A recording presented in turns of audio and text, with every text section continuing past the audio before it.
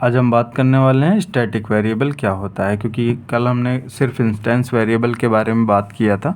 तो static variable क्या होता है, जैसे जो स्टैटिक वेरिएबल होता है, स्टैटिक वेरिएबल के अंदर जो है हम स्टैटिक वेरिएबल को जो है स्टैटिक कीवर्ड के साथ ही लिख सकते हैं। जब स्टैटिक कीवर्ड उसके सामने लगाएंगे तभी जो है वो स्टैटिक कीवर्ड होगा, अदरवाइज वो इंस्टेंस कीवर्ड ही रह जाएगा। जैसे स्टैटिक वेरिएबल क्या होता है, स्टैटिक वेरिएबल को जो मेमोरी मिलती है, स्टैटिक वेरिएबल को मेमोरी जो मिलती है वो बेसिकली क्लास लोडिंग के टाइम पे मिल जाती है। जो क्लास लोडिंग होती है, क्लास लोडिंग के टाइम पे ही उसको जो है मेमोरी मिल जाती है।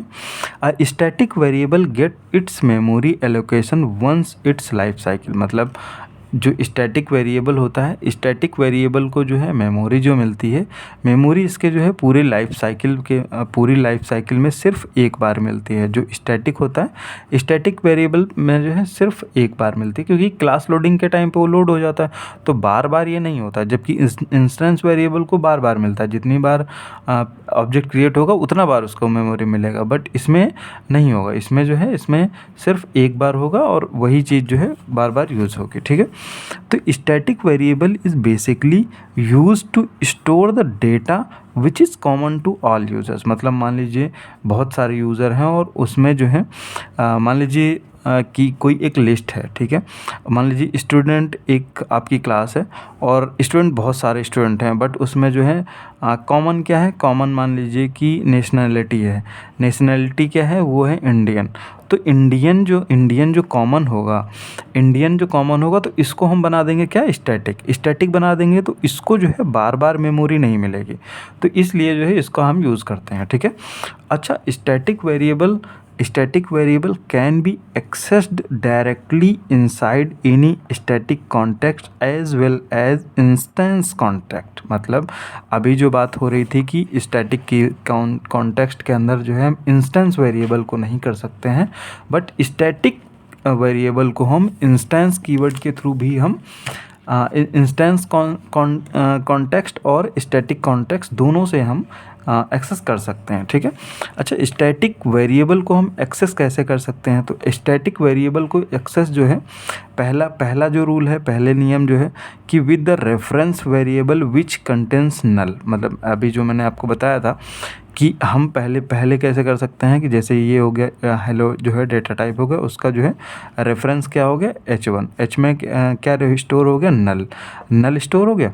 अब नल में जो जब स्टोर हुआ तो उसकी SOP किसके साथ हुई, H.C क्या होता है, मतलब इसका रेफरेंस हो गया और C जो है एक स्टैटिक वेरिएबल है जिसको हमने यहाँ पे एक्सेस कर लिया। ठीक है, एक तो ये ऑप्शन हो गया कि जिसमें जो है नल स्टोर होता है उसके थ्रू हम एक्सेस कर सकते हैं। दूसरा ऑप्शन क्या होता है, directly with the class name. जो भी क्लास होगा, जैसे हेलो एक क्लास नेम है और डायरेक्टली उसके बाद स्टैटिक वेरिएबल क्या है, स्टैटिक वेरिएबल C है, तो डायरेक्टली जो है इसको हम एक्सेस कर सकते हैं।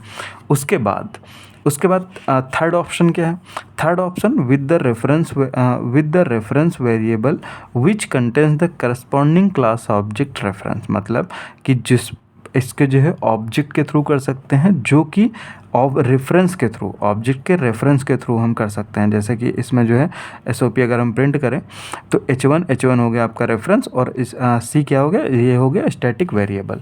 अच्छा, एग्जांपल आप देख लीजिए, तो इसमें ये जो स्टैटिक इंट C है, ठीक है, यही वाला जो है हम रेफरेंस कर रहे हैं, ये स्टैटिक हो जाने से ये जो इंट C है ये स्टैटिक वेरिएबल हो गया। ठीक है, अच्छा, एक नोट है, आप इसको जो ज़रूर पे ध्यान दीजिएगा कि स्टैटिक एंड इंस्टेंस वेरिएबल दोनों को हम फाइनल डिक्लेयर कर सकते हैं, और instance and static variable can not be declared inside any local context. मतलब इसको किसी भी लोकल मेथड के अंदर हम नहीं लिख सकते हैं, चाहे वो इंस्टेंस हो चाहे स्टैटिक हो, उसको हम लोकल मेथड के अंदर नहीं लिख सकते हैं, बट इन दोनों को हम फाइनल डिक्लेयर कर सकते हैं।